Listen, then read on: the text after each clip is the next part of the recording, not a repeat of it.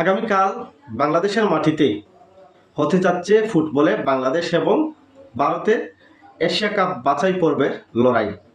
আর বাংলাদেশ ভারত লড়াই মানেই আলাদা একটা প্রেরণা কাজ করে বাংলাদেশের দর্শকদের মধ্যে, এমনকি ভারতের দর্শকদের মধ্যেও এখন সেটা কাজ করে। সেটা হোক ক্রিকেট হোক ফুটবল, কিন্তু খেলা হলেই একটি বাড়তি উত্তেজনা কাজ করে বর্তমান সময়ে।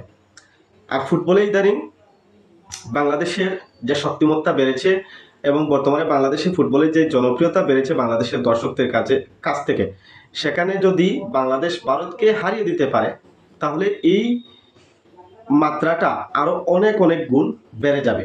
যদিও ইতিমধ্যে বাংলাদেশের মাটিতে এসে পৌঁছে গেছে ভারত। আজকে তারা অনুশীলন করছে। আগামীকাল 18 নভেম্বর সন্ধ্যা 6টায় মুখোমুখি হবে বাংলাদেশ এবং ভারত। তবে নেতা হলে বা প্লেয়ার হলে এমনই হওয়া উচিত, যেটা আমরা কখনো ক্রিকেটারদের মুখ থেকে আসলে এইরকম বক্তব্য আমরা শুনি না।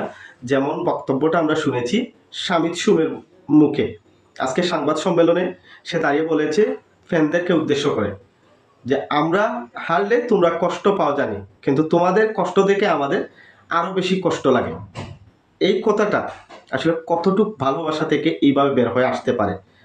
আমরা দর্শকদের কথাটা তারা প্লেয়াররাও কিন্তু শুনে, কিন্তু আমাদের ক্রিকেটারদের মধ্য থেকে আসলে এরকম আবেগঘন কথা বা দর্শকদেরকে শান্তি দেওয়া আমার মনে হয় এই প্রথম ফুটবলের শামিদ সুমি করে দেখিয়েছেন। বাংলাদেশ বিগত যে ম্যাচগুলো খেলেছে, সিঙ্গাপুরের বিপক্ষে সিঙ্গাপুরের মাটিতে গিয়ে 1-1 গোলে ড্র করেছে, এমনকি দেশের মাটিতে হংকং চায়নার বিপক্ষে, দেশের মাটিতেও হংকং চায়নার বিপক্ষে ড্র করতে পারতো, কিন্তু শেষ মিনিটে হতাশার কারণে তারা হেরেছে।